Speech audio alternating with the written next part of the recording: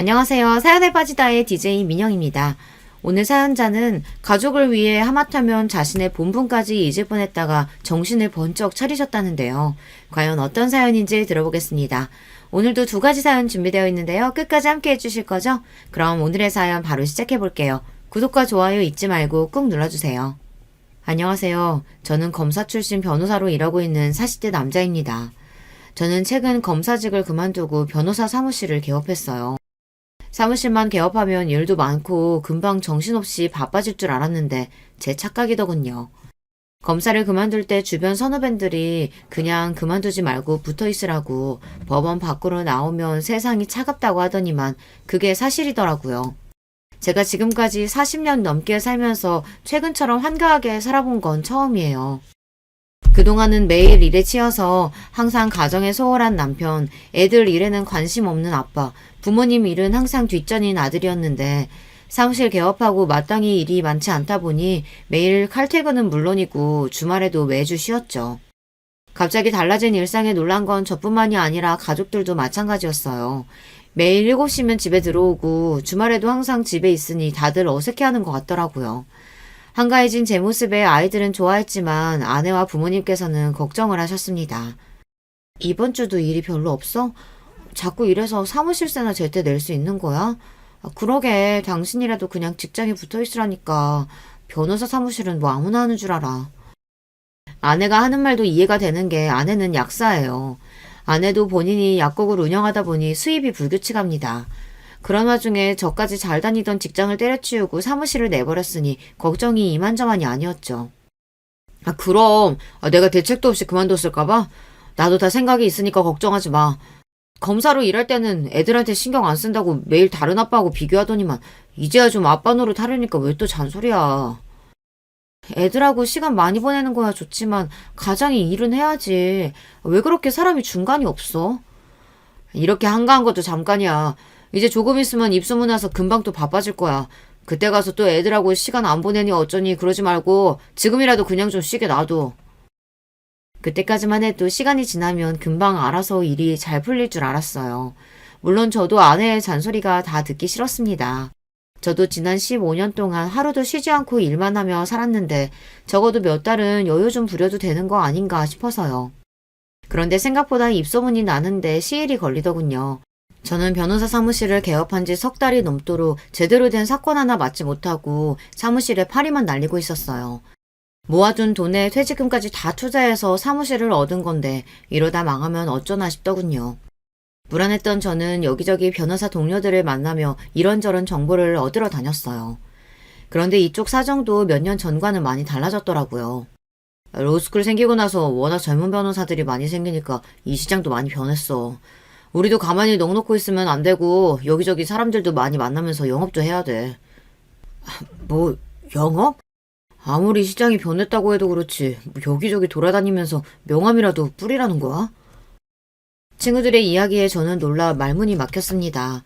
로펌도 워낙 많아지고 로스쿨 졸업생들이 늘어나면서 변호사들이 전보다 많이 힘들어졌다는 거야 알고 있었어요. 하지만 이 정도로 힘들 줄은 몰랐어요. 너희 아버지 제약회사 임원으로 퇴직하셨잖아. 그럼 병원이나 약사들 아는 사람 많으실 거 아니야. 그쪽으로 한번 제대로 소개받아서 영업해봐. 요즘은 이것저것 기웃거리면서 일거리 찾아다니는 것보다 전문 분야 하나 뚫어서 일하는 게 제일이야. 현재 변호사로 사무실을 개업해 일하고 있는 친구들 이야기를 듣다 보니 제가 현실을 제대로 알지 못한 채 무작정 사표를 내고 나왔구나 그런 생각이 들더라고요. 친구들 말처럼 저는 우물 안에 개구리가 맞았습니다. 법조인이면 학교에서 배운 대로 세상을 조금 더 나은 세상으로 만들고 정의 구현에 힘쓰는 일이라고 생각했는데 아니었어요. 검사든 변호사든 처자식의 생계가 달린 일이니 먹고 살려면 뭐든지 해야 하죠. 저는 친구들의 조언을 받아들여 그 주 주말에 아이들을 데리고 본가에 갔습니다. 친구 녀석들에게 들은 대로 아버지께 도움을 받고자 해서요. 하지만 그 또한 쉽지만은 않았습니다. 저희 아버지께서 보통 고지식한 게 아니에요. 사실 청렴하고 윤리적인 걸로 따지면 제가 아니라 저희 아버지께서 법조인이 되셨어야 해요. 그 정도로 앞뒤 딱 막히고 융통성 없는 걸로 유명해서 법 없이도 살 뿐이셨죠. 어려서부터 아버지는 우리 집의 가장이나 왕이나 다름없었어요. 워낙 고지식하고 본인만의 철학이 확실한 분이다 보니 자식뿐만 아니라 어머니까지 아버지의 말대로 하지 않으면 난리가 났죠. 제가 검사가 됐던 것도 동생이 일찍 시집을 간 것도 다 아버지의 계획이셨어요. 우리 집의 모든 일은 아버지의 결정으로 이루어지지 않은 게 없을 정도로 하나부터 열까지 다 아버지의 생각대로 움직여야 했어요. 사실 저는 검사보다 학교 선생님이 되고 싶었어요. 그래서 교대에 가려고 했는데 아버지의 반대로 법대에 가야 했습니다. 네 성적이면 법대 들어가고도 남을 실력인데 아깝게 교대는 무슨 교대야? 괜한 소리 하지 말고 아버지가 시키는 대로 법대 들어가서 군 제대하자마자 사법고시 준비해. 지금이야 나이도 먹고 제 가정도 생겼으니 아버지의 말에 한마디 토라도 달 수 있지만 어린 시절부터 학창시절까지는 아버지가 무서워서 제 생각을 제대로 이야기하지도 못했어요.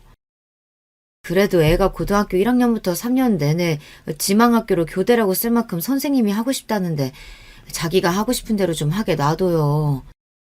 그전까지 아버지에게 찍소리도 안 하시던 어머니마저 제 꿈을 위해 처음으로 아버지에게 반기를 드셨지만 통할 리 없었습니다. 고등학교도 간신히 졸업한 당신이 뭘 한다고 떠들어? 내 아들은 내가 잘 알아. 오태영, 내 아들은 앞으로 큰일 할 녀석이야. 좁아터진 학교에 있기는 아까운 놈이라고. 40년 넘게 평생 직장생활만 하셨던 아버지는 당신이 평생 남의 밑에서 회사만을 위해 젊은 날을 바치며 살아온 게 가장 큰 후회가 된다며 저에게는 항상 남자는 사회에 큰 업적을 남길 수 있는 큰 사람이 되어야 한다고 하셨어요. 그게 바로 검사였죠. 정치부 검사가 돼서 신문이나 뉴스에 제 이름이 나오는 그런 검사가 되었으면 좋겠다고 하셨어요. 아버지의 말을 거역할 수가 없었던 저는 검사가 됐습니다. 결혼도 검사가 되자마자 1년도 되지 않아 아버지의 지인 소개로 만난 여자와 결혼했어요. 아내는 아버지께서 잘 아시는 대형 약국 원장님 소개로 만나게 됐죠. 제가 원해서 나간 선자리는 아니었지만 그래도 아내와는 서로 성격이나 취미도 잘 맞아서 만난 지 1년 만에 결혼을 결심했어요. 그전에도 크게 여자한테 관심이 있거나 제대로 된 연애를 해보지 않아서 아내 정도면 결혼해도 되겠다는 생각에 고민할 거 없이 결혼했죠. 그때까지도 아버지는 제 인생의 가장 큰 결정권자였고 그 점에 저도 불만이 없었습니다. 그런데 제가 검사를 그만두겠다고 했을 때 아버지와 꽤 오래 실랑이를 벌였어요. 저는 이미 회의감이 들 정도로 검사라는 일에 정이 떨어진 상태였고 아버지는 그런 제 마음을 이해해 주실 리 없었습니다. 사표는 절대 안 돼. 너 사표 내는 날에 이 아버지랑 인연 끝나는 줄 알아? 아버지 직장 다닌 거에 비하면 얼마 안 되지만 저도 15년 넘게 검사로 살았어요. 이 정도면 저도 할 만큼 했다고 생각해요. 제가 원하던 일은 아니었어도 신입 검사 시절에는 나쁜 놈들 감옥에 보내며 희열을 느끼기도 했습니다. 그런데 연차가 점점 쌓일수록 검사라는 게 항상 바르고 옳은 일만 할 수 있는 사람이 아니구나. 이런 걸 점차 깨닫게 되면서 이 일에 회의감이 들었어요. 어느 순간 이러다가 내가 검사가 아니라 범죄자에 더 가까운 인간이 될 수도 있겠다는 생각에 겁이 확 들더라고요. 그래서 그만두게 된 거예요. 아버지에게 보여주기 위해서라도 더 변호사로서 확실한 입지를 다지고 싶었던 건데 제 생각처럼 일이 잘 돌아가지 않으니 결국엔 아버지께 도움을 받고자 찾아갔습니다. 아이들을 데리고 간 이유는 저 혼자 가면 아버지께서 저와 절대 마주 앉아 식사도 안 하시려고 하셔서 애들을 데리고 간 거예요. 애들이라도 데리고 가면 아버지께서 손주들 왔다고 반겨주시고 같이 앉아서 식사라도 하시거든요. 그러니까 네 말은 지금 나더러 내 아들 변호사 됐으니 일 좀 달라고 친구들한테 구걸이라도 하란 소리냐? 역시나 아버지는 제 입에서 아시는 분들을 소개해달라는 말이 나오자마자 눈을 크게 뜨시고 원성을 높이셨어요. 아버지, 그런 말이 아니고요. 변호사는 특정 전문 분야가 있으면 홍보하는 데 더 좋다고 해서요. 이 기회에 아버지 주변 분들 제가 도와드릴 수 있으면 더 좋잖아요. 아이고, 기껏 나라에 보탬되는 일 하라고 평생 뒷바라지 해뒀더니만 이제는 아예 장사꾼이 됐어. 씨알도 안 먹히는 소리였습니다. 아버지는 제가 검사로 있는 지난 15년 동안 주변에서 별의별 부탁을 받았어도 저를 생각해서 한 번도 제게 부탁을 해본 적이 없다고 하셨습니다. 내가 지금까지 네 검사 인생에 조금이라도 문제 생길까봐 얼마나 조심하면서 살았는데 너는 자존심도 없이 나더러 남들한테 일 달라고 부탁이나 하러 다니라는 거냐? 평소 같으면 아버지가 그 정도 하시면 저도 더 말하지 않았을 텐데 그날은 유독 저도 기분이 안 좋기도 했고 속상해서 말이 좋게 나가지 않았습니다. 제가 지금까지 아버지가 시키는 대로 다 하면서 살았는데 아버지는 이 정도 부탁도 못 들어주세요? 알겠어요. 저도 더는 아버지가 시키는 대로 안 할 거니까 그런 줄 아세요. 아버지와 제 사이가 틀어지기 시작한 건 그때부터였습니다. 저도 처자식이 있고 나이도 들었으니 이제 아버지께서 저를 이해해 주실 줄 알았는데 아버지의 마음은 달랐나 봐요. 한 번도 아버지의 말씀을 거역한 적이 없었던 제가 상의도 없이 검사일을 그만두고 변호사로 개업하겠다고 하니 아버지도 실망이 이만저만이 아니셨나 보더라고요. 처음 몇 달은 저를 보고 싶어 하시지도 않았어요. 그때가 아마 제 인생에서 가장 힘들었던 시기였던 것 같아요. 변호사 사무실만 개업하면 알아서 손님이 줄을 설 줄 알았는데 그렇지 않더라고요. 인터넷에 아무리 홍보하고 광고를 하고 다녀도 눈에 띄게 일이 늘어나지 않았습니다. 거기다가 급한 마음에 들어오는 대로 무슨 일이든 해보겠다고 닥치는 대로 일을 받아서 했더니 오히려 검사로 일할 때보다 회의감이 들 때가 더 많더라고요.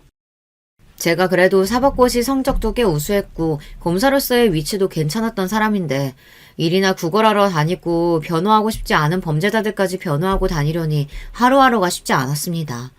그래도 워낙 일감이 많지 않다 보니 한 사건 한 사건이 저에게는 중요했습니다. 회의감이 들든 자괴감이 들든 들어오는 대로 열심히 하다 보면 언젠가는 변호사로서도 자리를 잡을 수 있는 날이 올 거라고 기대했어요.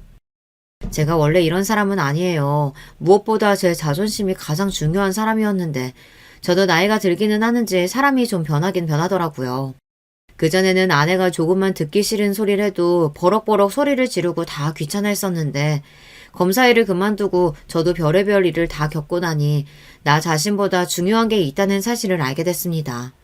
가족들과 떨어져 산 세월이 길어서 그런지 아내나 자식들이나 제 편이 하나도 없더라고요. 한 번은 이런 적이 있었어요. 한참 변호사 사무실에 일이 없어서 혼자 우울해서 술을 먹고 대리를 해 집 주차장에 도착했습니다. 제가 깨워도 계속 안 일어났는지 대리기사가 저를 차에 둔 채 돌아갔더라고요. 제가 잠에서 깼을 때가 새벽 1시가 넘었었어요. 저는 놀라서 핸드폰부터 확인했는데 저에게 걸려온 전화가 하나도 없더라고요. 순간 마음이 울컥할 정도로 좋지 않았습니다. 남편이자 아버지가 연락도 없이 새벽 1시가 될 때까지 집에 들어오지 않았는데 어떻게 아내도 아이들도 전화 한 통을 안 할 수가 있나 싶어서요. 마음속으로는 너무 서운했지만 티를 낼 수가 없었습니다. 별거 아닌 일에 남자가 너무 쪼잔하게 구는 것 같아서요. 그런데 더 충격적이었던 건 그 다음 날이었습니다. 새벽에 들어가 샤워까지 하고 잠이 들었는데 다음날 아무도 저에게 어제 몇 시에 들어왔는지 물어보지 않더라고요. 순간 저도 모르게 기분이 상해서 혼자 괜히 궁시렁거리게 됐어요. 아빠가 어제 저녁에 늦게 들어왔는데 어떻게 한 놈도 연락을 안 할 수가 있어? 당신도 그래. 남편이 새벽까지 안 들어왔는데 잠이 와? 쪼잔해 보일까봐 서운한 티를 최대한 안 내려고 했는데 결국은 제 입으로 이야기하고 말았어요. 그런데 아내와 아이들의 반응이 오히려 놀라웠습니다. 이 사람이 새삼스레 왜 이래? 결혼하고 지금까지 10년 넘게 같이 사는 동안 당신이 언제 나한테 몇 시에 들어왔냐, 몇 시에 잤냐 한 번이라도 물어본 적 있어? 내내 남처럼 살아놓고 이제 와서 왜 친한 척이야, 어색하게. 자고로 부모는 자식의 거울이라 했어. 아빠는 지방 있는 동안 내 생일날도 한 번도 전화 안 했으면서 내가 아빠 들어왔는지 안 들어왔는지 확인까지 해야 돼? 그러게. 너희 아빠 웃긴다. 회사 그만두는 것도 일절 상의도 없이 마음대로 정한 사람이 갑자기 귀찮게 왜 저런다니? 내가 놀면서 그랬어? 일이 바쁘니까 그런 거지. 사람이 농담 한 번 한 거 가지고 괜히 왜 정색하고 그래? 생각지도 못한 아내와 아들의 반응에 저는 너무 무안해서 괜히 큰 소리를 냈어요. 사실 저도 다 압니다. 제가 검사 일을 하는 동안 너무 바빠서 아내 혼자 아이들을 다 키웠어요. 심지어 검사 일이라는 게 직업을 많이 옮겨 다니기도 해서 둘째 돌 지났을 때부터 학교에 들어갈 때까지는 제가 지방에 있는 바람에 아내가 혼자 애 둘을 키웠습니다. 그때 아내와 정말 많이 싸운 것 같아요.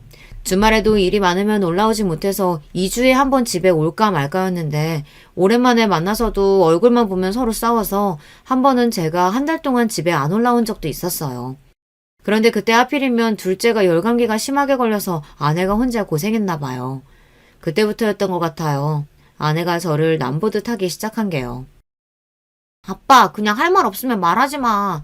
지난 몇 년간 아빠 지방에서 이런다고 엄마가 혼자 얼마나 고생을 많이 했는데 미안한 줄도 모르고 아직도 그렇게 일핑계만대?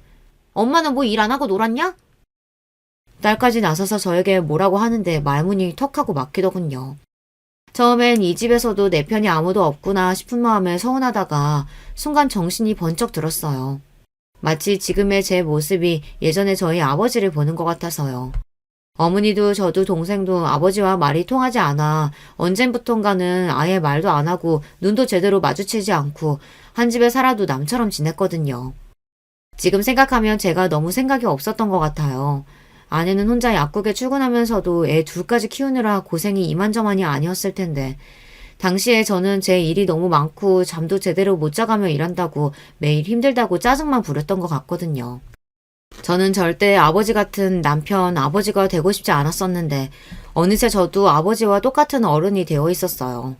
그제야 그동안 제가 얼마나 잘못하고 살았는지 뼈저리게 느끼게 됐습니다.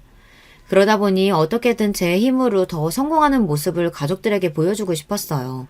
그리고 전과는 달리 좋은 아빠, 좋은 남편이 되고 싶었어요. 그런데 그것도 쉬운 일은 아니더군요. 사람이라는 게 다 때가 있는 거더라고요.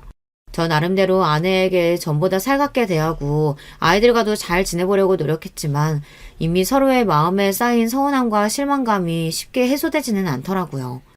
그래도 저는 끝까지 포기하지 않고 앞으로 남은 인생은 일보다 아내와 아이들을 위해 살겠다 다짐했어요. 평소 안 하던 짓을 갑자기 한다는 게 저로서도 쉬운 일은 아니었습니다. 하지만 몇 년 후 아이들이 모두 다 성인이 돼서 독립해 나갈 때 후회하지 않는 삶을 살기 위해 노력하기로 했습니다. 저는 주어진 대로 일도 열심히 하면서 가정에도 소홀하지 않기 위해 퇴근하고 집에 돌아오면 아내와 함께 저녁 준비를 했어요. 주말에는 무슨 일이 있어도 가족들과 시간을 보냈습니다. 처음엔 낯설어하던 아내와 아이들도 제가 노력하는 모습을 보고는 조금씩 마음을 여는 것 같았습니다. 제가 노력하니 확실히 많은 게 달라지더라고요.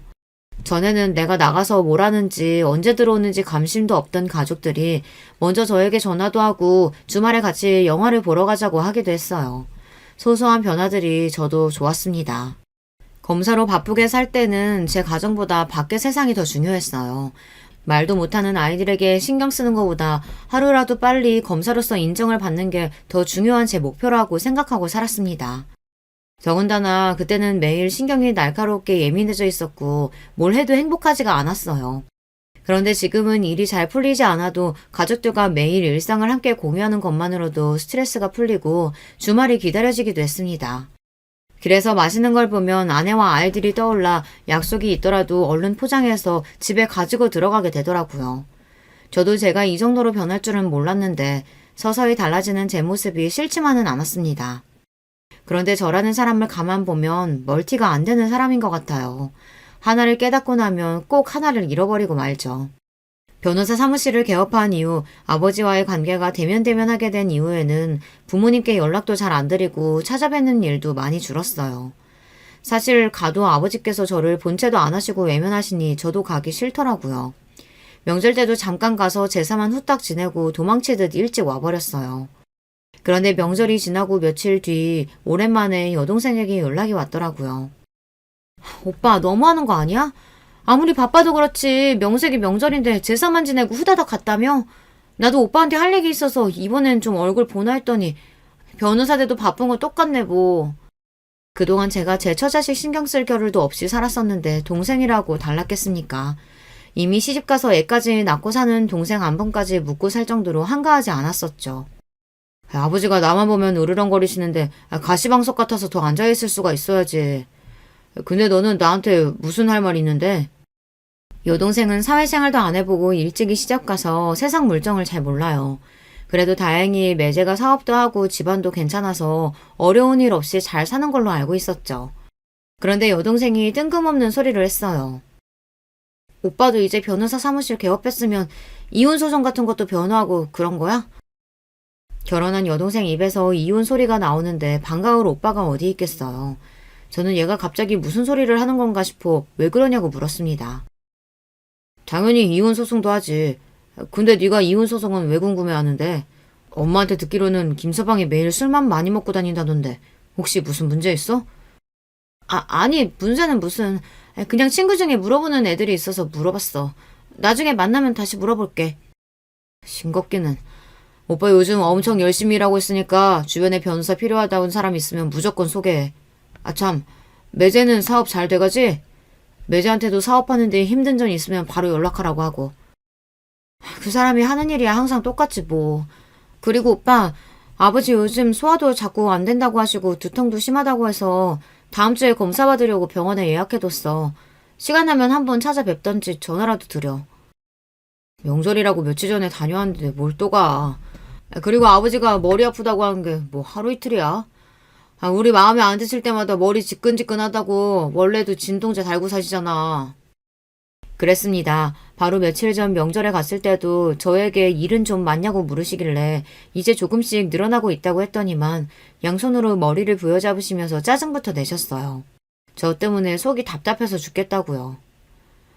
그러게 그냥 직장에 붙어있다가 때 되면 승진해서 부장 되면 얼마나 좋아.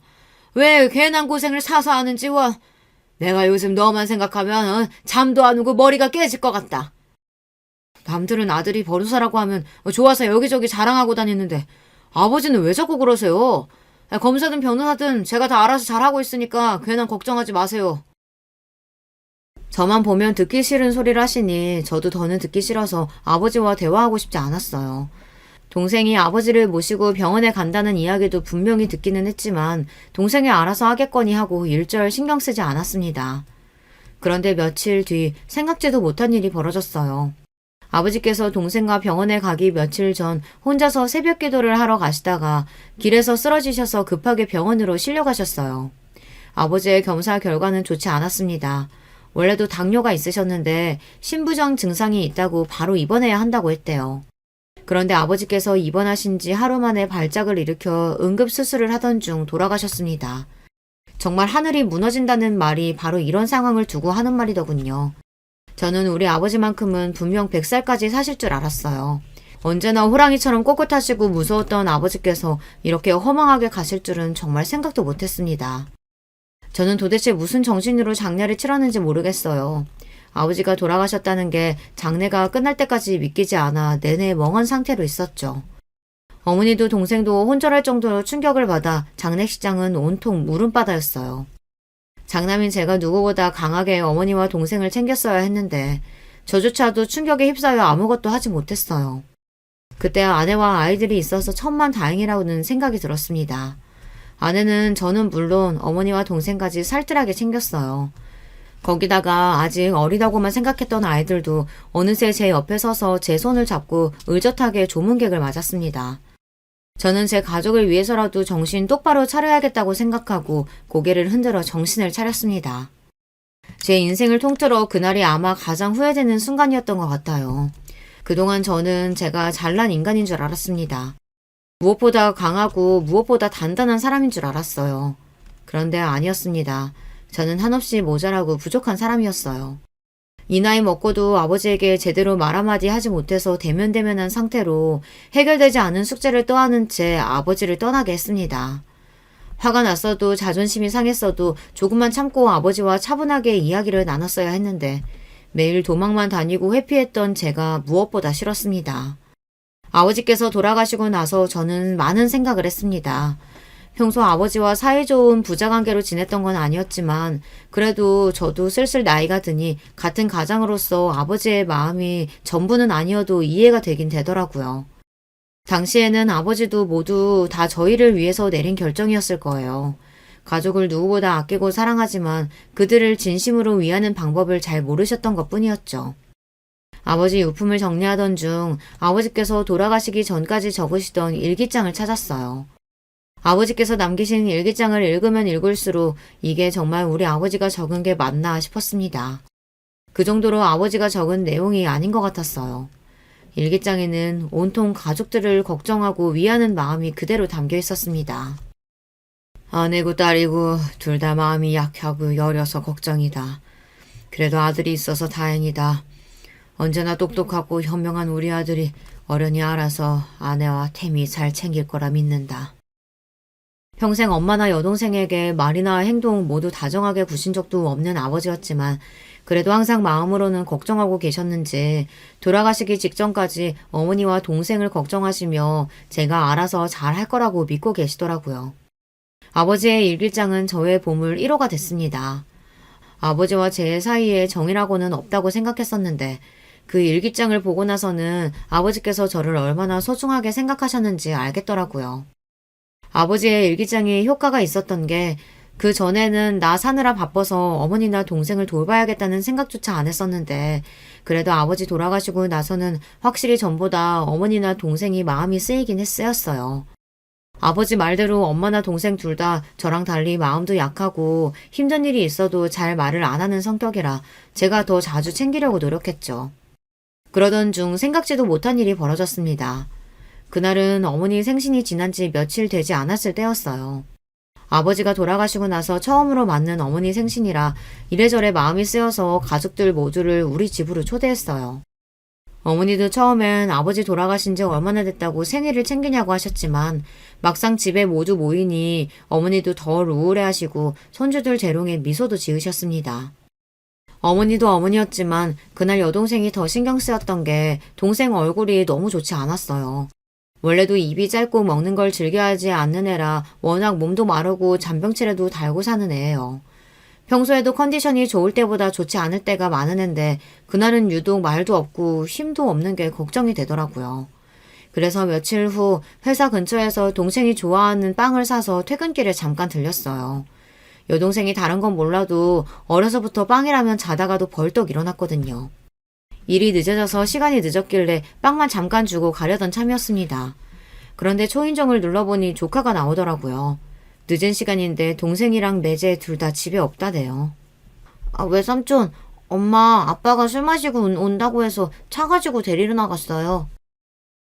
늦은 저녁이긴 해도 술 먹고 취하기에는 아직 이른 시간이었는데 매제가 술을 얼마나 마셨는지 벌써 취해서 동생의 술집으로 데리러 나갔다고 하더라고요. 그 소리를 듣는데 저는 미간이 확 구겨졌습니다. 원래 결혼 초기부터 매제가 술을 좋아해서 동생이랑 자주 싸우는 건 알았었는데 애까지 낳고도 저러고 사는지는 몰랐어요. 아빠 평소에도 술 많이 먹고 들어오니? 그럴 때마다 엄마가 데리러 나가고? 오늘은 아빠가 지갑 주고 나갔다고 엄마한테 돈 가지고 나오라고 하신 거고 평상시엔 우리 잠들어야 들어와요. 아빠가 너무 시끄럽게 해서 자다가 깨기는 하지만. 아빠가 술 먹고 오면 지하 못 자게 시끄럽게 해? 나도 못 자긴 하는데 엄마는 아예 자지도 못하게 아빠가 매일 소리 지르고 혼내요. 돈 아껴 쓰라고 카드도 막 뺏고. 어른으로서 조카한테 부부 사이의 일을 꼬치꼬치 물어보지 말았어야 했는데 저도 모르게 제 동생이 안쓰럽고 걱정이 되니 절로 질문이 쏟아지더군요.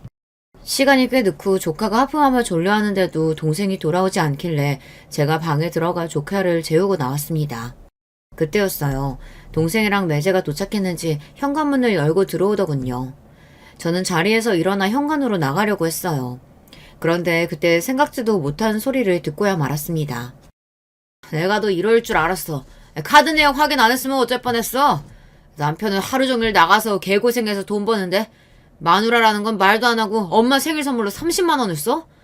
네가 생각이 있는 년이야 없는 년이야? 여보 그만해요. 애도 아직 안 잘 텐데 보기라도 하면 어쩌라고 이래요. 찰싹. 순간 저는 제가 잘못 들은 줄 알았습니다. 하지만 이 목소리는 분명 매제가 맞았어요. 매제는 제 동생이 어머니 생신 선물로 30만 원짜리 가방을 샀다는 이유로 막말을 퍼붓고 뺨까지 때리는 것 같았습니다. 저는 순간 이성의 끈이 뚝 끊어졌어요. 저는 생각할 것도 없이 그대로 현관으로 나가 언성을 높였습니다. 자네 지금 뭐 하는 거야? 설마 내 동생 얼굴에 손 찍어만 거야? 형님, 여기는 무슨 일로 연락도 없이 어떻게 오신 거예요? 매제도 제 얼굴을 보자마자 술이 깨는지 눈이 동그래져서 놀란 눈으로 저를 쳐다보더군요. 동생도 놀라기는 마찬가지였어요. 뺨을 손으로 어루만지며 눈물이 가득 고인 눈으로 저를 바라보더라고요. 순간 저는 눈이 획 돌아버렸습니다. 형님 같은 소리 하네. 난 그깟 30만 원 때문에 아내 뺨치는 놈이랑은 형님 매제할 생각 없으니까 입 닥쳐. 태미, 너 지금 당장 짐 싸. 우리 집으로 가게. 형님, 제 말 좀 들어보세요. 형님이 무슨 소리 들으셨는지는 모르겠지만, 장모님 선물 때문만 이런 건 아니고요. 이 여자가 카드값이 나와도 너무 많이 나오니까 제가 한 소리 한 거예요. 한 소리? 어떤 남편이 한 소리 한다고 아내 몸에 손을 대? 자네 사람 잘못 건드렸어. 내가 가면 안 될 거니까 그런 줄 알아. 매제가 남편 감으로 좋은 놈이 아니라는 거 정도는 처음부터 알고 있었습니다. 하지만 제가 할 수 있는 일은 없었어요. 아버지께서 여자는 무조건 돈 많은 집에 시집가야 한다고 해서 매제에 대해 잘 알지도 못하는 상태에서 집안만 보고 동생이랑 선보기해서 결혼시켰거든요. 매제 아버지가 몇 년 전 아버지께서 제약회사에 있을 때 회사에 투자했던 투자자 중 한 사람이에요. 업계에서도 현금 많은 걸로 유명한 집안이라고 하더라고요. 그것만 믿고 동생을 시집 보낸 건데 동생이 결혼하고 나서부터 지금까지 옆에서 지켜보면서 저는 동생이 행복해 보인다고 느낀 적이 없었어요. 하지만 저도 못된 게 그동안은 크게 신경 쓰지 않았습니다.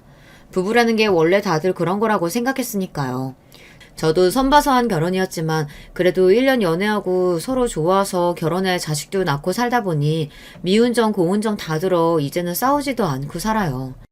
저는 막연하게 동생도 그런 줄 알았습니다. 그런데 제가 잘못 알고 있었더군요. 그날 동생과 조카를 데리고 나오면서 매제 이놈에 대해 좀 알아봤더니 질이 나쁜 놈이었어요. 심지어 동생 몸에 손을 댄 게 그날이 처음이 아니래요. 신혼 초에는 매제가 거의 매일 술을 마시고 들어와 동생도 기다리다 지쳐 일찍 잠들었는데 매번 새벽에 들어와서는 남편이 안 들어왔는데 자고 있다고 동생에게 발길질까지 했답니다.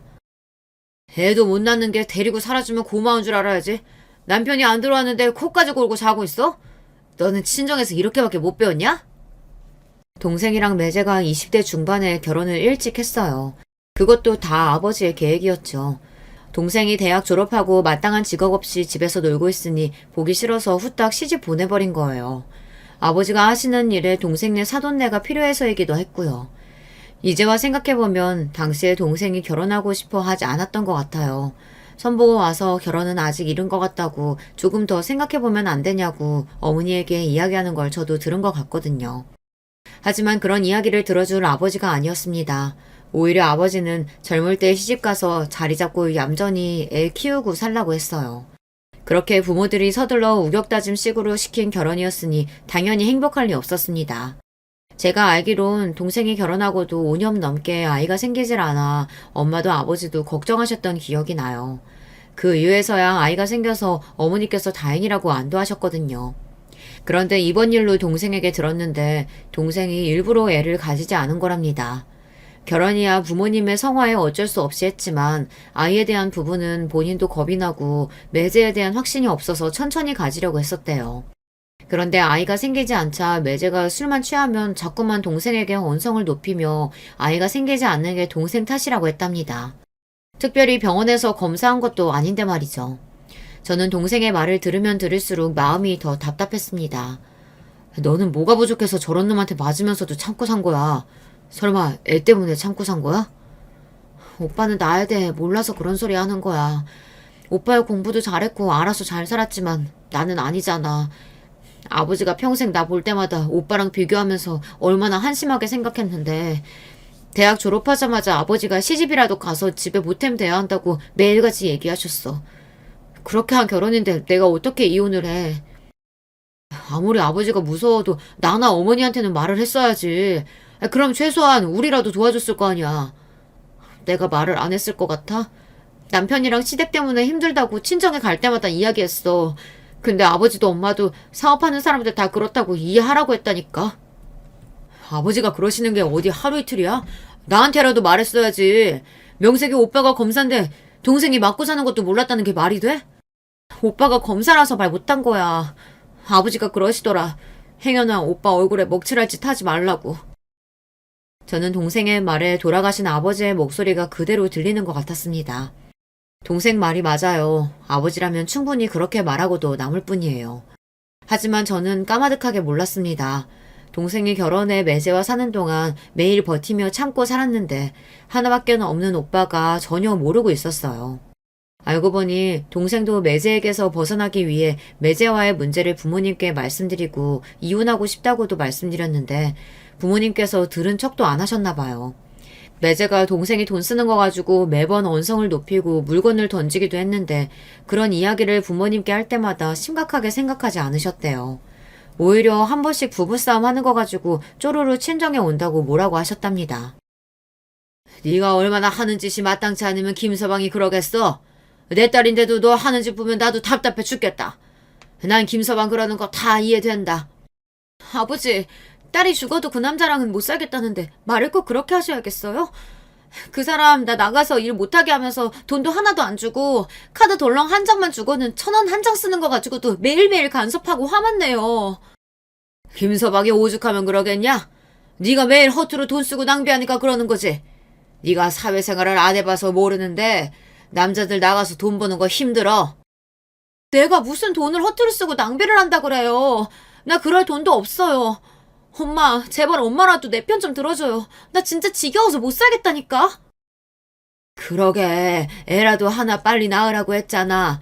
남자들도 자식 생기면 달라져. 네 아버지 봐라. 저렇게 무뚝뚝한 사람도 네 오빠 생기고 나서 얼마나 집안일에 신경 썼는데. 누가 보다도 저도 잘 압니다. 우리 부모님이 얼마나 말이 안 통하고 답답한 분들인지 말이죠. 동생이 혼자 얼마나 마음고생했을지 제가 너무 늦게야 알아버렸어요.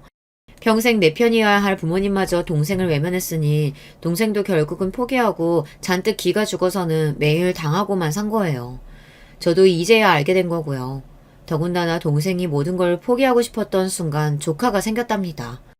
동생은 눈에 넣어도 아프지 않을 조카를 위해서라도 조카가 다 자랄 때까지만 아이만 생각하며 살자. 그렇게 그때부터 영혼은 없이 유령처럼 매제가 시키는 대로 매제가 원하는 대로 해주며 살았답니다. 저는 들으면 들을수록 매제가 한 짓이 괘씸해 참을 수가 없었어요. 며칠 뒤 저는 야심차게 준비한 복수를 매제하게 하기 위해 마음을 단단히 먹고 있었습니다. 매제도 양심에 찔리는 게 있기는 한 건지 제가 동생과 조카를 데리고 그 집을 나와 우리 집으로 오고 나자 매제는 매일같이 저에게 전화해댔어요. 형님, 제발 제 말 좀 들어주세요. 절대 그 사람 말만 듣고 저 판단하시면 안 된다니까요. 나 바로 몇 개월 전까지 검사였고 지금은 변호사야. 설마 내가 한쪽 말만 듣고 상황 판단할 것 같아? 자네는 명백히 가해자야. 그러니까 얌전히 기다려. 조만간 소장 집으로 날려줄 테니까. 제 경고에 매제는 똥줄이 타긴 탔는지 여기저기 변호사를 들쑤시고 다니면서 제가 할 복수에 대비하기 위해 준비를 하는 것 같더라고요. 하지만 소용없었습니다. 제가 이래봬도 검사 경력 15년이에요. 그동안 매제 같은 놈들 수백 명도 더 봤습니다. 자기 능력은 없고 아버지 빽만 믿고 살던 놈들 하는 짓이야 뻔히 다 알아요. 저는 먼저 증거를 수집해 이혼 소장을 먼저 보냈어요. 물론 매제도 그 정도야 예상하고 있었을 거라는 걸 저도 알고 먼저 보낸 거예요. 진짜 이벤트는 그 뒤에 있을 예정이라서요. 역시나 매제는 자기 아버지 뒤로 숨어서 대형 로펌의 유명한 변호사를 고용했더라고요. 그래놓고 본인은 동생을 때리거나 괴롭힌 적이 없다고 딱 잡아댔어요. 거기다가 제 동생은 결혼 생활 내내 아이 낳는 거 말고는 보탬이 된 일이 하나도 없다면서 양육권까지 가져가려고 했어요. 원래 이혼 소송이라는 게 몇십 년 같이 산 부부들도 서로를 바닥까지 끌어내리는 일입니다. 그러다 보니 미리부터 동생에게 각오 단단히 하라고 했어요. 무서우면 지금이라도 이야기해. 나는 이 소송 시작하면 절대 그냥은 안 끝낼 거니까. 너 이혼시켜서 애 데려오는 건 물론이고 그 자식 쫄딱 망하게 만들 거야. 오빠, 내가 이런 애를 얼마나 꿈꿨는지 알아? 평생 꿈만 꾸고 절대 이루어질 수 없는 일이라고 생각했는데 그 인간에 대해 이혼 소장 보낸 것만으로도 얼마나 행복한 줄 몰라. 동생은 매제와 사는 동안 매일 꿈꿔왔던 일이랍니다. 매제와 헤어질 수만 있다면 뭐든지 할 수 있다고 했어요. 그 모습을 보는데 마음이 아팠습니다. 그동안 동생이 얼마나 마음 졸이며 위축돼서 살았으면 저런 소리를 할까 싶어서요. 이혼 소송은 시작에 불과했습니다. 결혼 생활 동안 제 동생을 아무것도 못하게 집에 잡아두고 생활비도 제대로 주지 않은 증거는 진작에 확보했어요. 매제가 동생을 때린 증거를 찾기 어려워서 고민하던 중 동생이 했던 말이 번뜩 떠올라 바로 근처 병원에 가서 CCTV 영상을 확보했습니다. 얼마 전 매제가 술에 취해 소리를 지르며 던진 잔에 동생이 맞아서 팔에 상처가 생겨 병원에 다닌 적이 있다고 했거든요. 그런데 매제 이 나쁜 새끼가 혹여나 동생이 병원 다니면 본인이 동생에게 손댄 증거가 남기라도 할까봐 병원에 못 가게 했나 보더라고요. 그런데 동생이 집에서 치료를 하다 안 돼서 매제 몰래 병원에 가기는 했나 봐요. 그런데 뒤늦게 동생이 병원에 갔다는 걸 알게 된 매제 새끼가 병원에서 치료받고 나오는 동생의 머리채를 잡았다고 했습니다. 혹시나 하는 마음에 병원에 찾아갔는데 다행히도 병원 에스컬레이터 앞에 CCTV가 있어서 영상을 그대로 다 찍혀 있더라고요. 그렇게 매제의 귀책 사유를 입증한 동생은 이혼 소송에서 이길 가능성이 커졌어요. 그러던 중 조카의 양육권만은 뺏길 수 없었던 매제 쪽 변호사가 계속해서 양육권을 주장하고 있었어요. 그 순간 제가 준비했던 진짜 이벤트가 시작됐습니다. 제가 처음 계획한 대로 매제를 쪽딱 망하게 할 생각이었거든요. 사실 매제네 집안이 뭐라는 집안인지는 저도 결혼 전부터 알고 있었어요. 그래서 더 매제가 마음에 들지 않았지만요. 아버지께서 쉬쉬하시는 바람에 저도 애써 신경 쓰지 않으려고 했던 거죠. 매제네 집안이 지금은 집안 곳곳에서 모텔이랑 호텔 사업을 크게 하지만 원래는 지방에서 술집을 몇십 개씩 하던 집안이었어요. 흔히들 말하는 룸살롱을 운영하다 불법 영업담 속에 여러 번 걸려서 싹 다 접고 모텔 사업으로 변경한 거예요. 원래도 돈이며 인맥이 많았던 집안이다 보니 아버지께서 여러모로 도움이 되겠다 싶어 그런 집에 동생을 시집 보낸 거예요. 그래도 새로 사업을 전향하면서 이미지도 많이 좋아지고 양심적으로 운영하는 줄 알았는데 이번 일로 매제 뒷조사를 하다 보니 구린 냄새가 나더군요. 알고 보니 매제가 사고를 쳐도 크게 치고 있었습니다. 매제 아버지에게서 물려받았다는 모텔만 잠깐 파봤는데도 이상한 점이 있었어요. 계속해서 영업도 하는 거로 나오고 세금도 꼬박꼬박 내기는 하는데 영업이익이 거의 없는 걸로 나왔죠.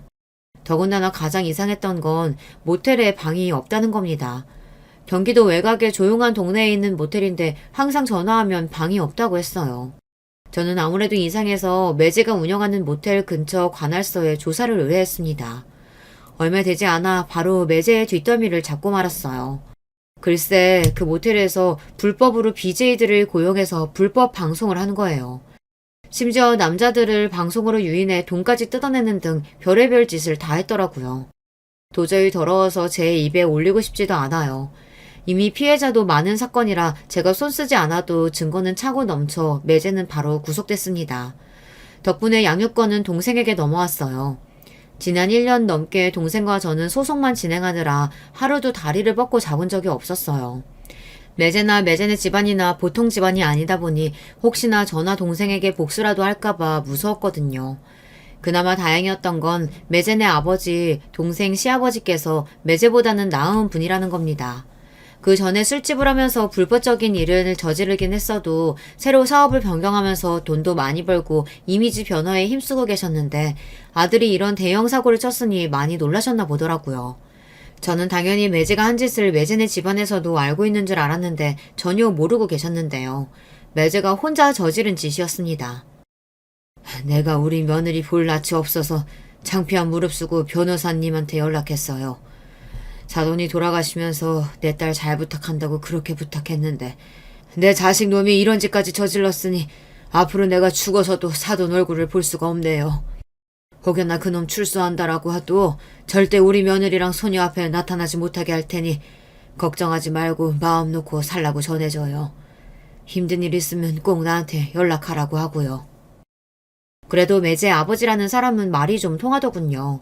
본인 아들이 저지른 짓이니 알아서 책임지겠다고 제 동생에게 위자료도 넉넉히 지급하고 양육비도 매달 지급하기로 합의를 봤어요. 사업에 대한 부분도 불법적인 부분이 있으면 뭐든 인정하고 벌받겠다고 하셨고요. 1년 반 넘게 긴 싸움을 하는 동안 저도 동생도 많이 지쳤었지만 그래도 지금은 괜찮습니다.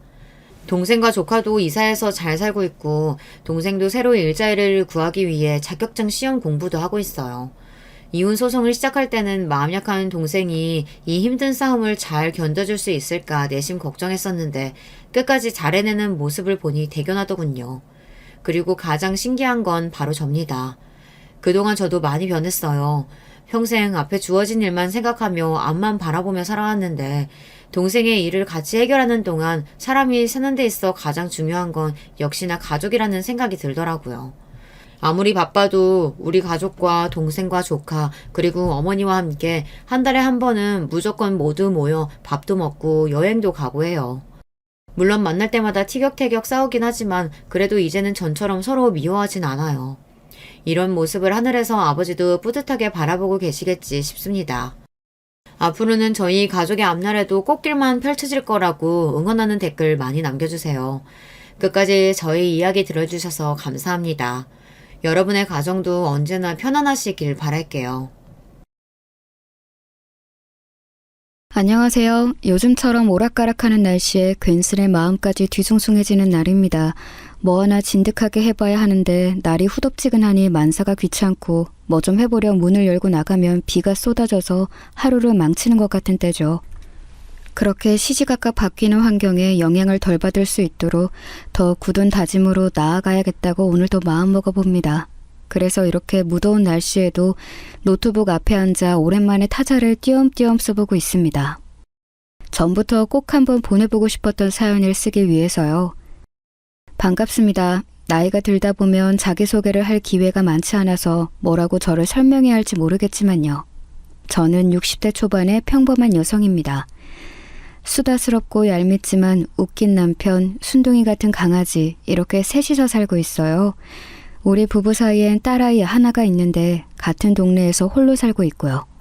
부모라면 의뢰 비슷할 텐데 저는 딸만 생각하면 웃음이 나오기도 한숨이 나오기도 합니다. 혼자서도 알아서 잘해 나가는 모습을 보면 흐뭇해 웃음이 나오고 또 반대로 혼자 있는 그 모습이 안쓰러워 한숨이 나오기도 하죠. 원래 딸은 혼자가 아니었거든요. 오늘은 우리 딸아이에게 지옥과도 같았던 지난 기억을 이야기해 보려고 합니다. 저는 결혼을 꽤나 늦게 한 편이었어요. 당시 20대 후반이면 주변에 비해서 늦은 편이었거든요. 그도 그럴 게 가정 형편이 너무나 안 좋았습니다. 결혼 같은 건 꿈도 못 꿀 정도로요. 아버지는 공장에 다니시다가 팔을 다친 뒤로 아무 일도 하지 못한 채 집에만 계셨고 엄마는 청소일을 다니셨어요. 낮이든 밤이든 새벽이든 상관없이요. 엄마가 그렇게 쉴 틈 없이 일해봤자 셋이 먹고 살기에는 턱없이 부족했습니다. 매일 몸이 끊어질 듯 일하고 집에서도 몸이 불편한 아버지의 수발을 드는 엄마를 보면서 저는 어떻게든 빨리 돈을 벌어야겠다고 생각했어요. 그러지 않으면 엄마가 곧 우리를 떠나거나 아니면 아예 이 세상을 떠날지도 모른다는 생각이 들었거든요. 아마 아빠도 그렇게 생각했을 거예요. 그러니 엄마가 수발을 드는 것에 한마디 거둔 적이 없으셨던 거겠죠. 그렇게 다정하고 친절하던 아빠였는데 그 일 뒤로 아예 입을 닫아버리셨습니다. 우리 집은 정말 위태로웠어요. 언제 모두가 함께 이 세상에서 사라져도 이상하지 않을 정도로. 저는 학교를 그만두고서 곧장 공장에 다니며 일을 했습니다. 여자의 나이도 어리고 집안도 좋지 않았던 저는 툭하면 저를 무시하고 하대하는 주위 사람들 틈에서 쥐꼬리만한 주급을 받아가며 힘든 시간을 보냈어요. 그때 정말 매일 기도했던 것 같아요. 어떻게든 시간이 빨리 흘러서 30대, 40대가 되고 싶다고요. 잠도 많이 잘 수 있고 사고 싶은 걸 살 수 있고 부모님에 대한 걱정을 떨쳐버릴 수 있는 그런 나이가 되고 싶다고 매일 신께 기도했죠. 보통 그 나이 또래엔 아무 걱정 없는 게 일반적일 텐데 저는 일찍이 세상에 대한 온갖 고민과 걱정, 역경을 미리 겪어서 그런지 그 뒤로는 어떤 풍파가 다가와도 우습게 보이더라고요. 그게 불행인지 다행인지 모르겠지만 그렇게 저는 20대 중반까지 오로지 일만 하면서 부모님을 모셨습니다. 제가 돈을 버니 엄마가 일을 줄일 수 있어서 좋았고 그래서 아빠의 부담이 덜어지는 것 같아 마음이 편했어요.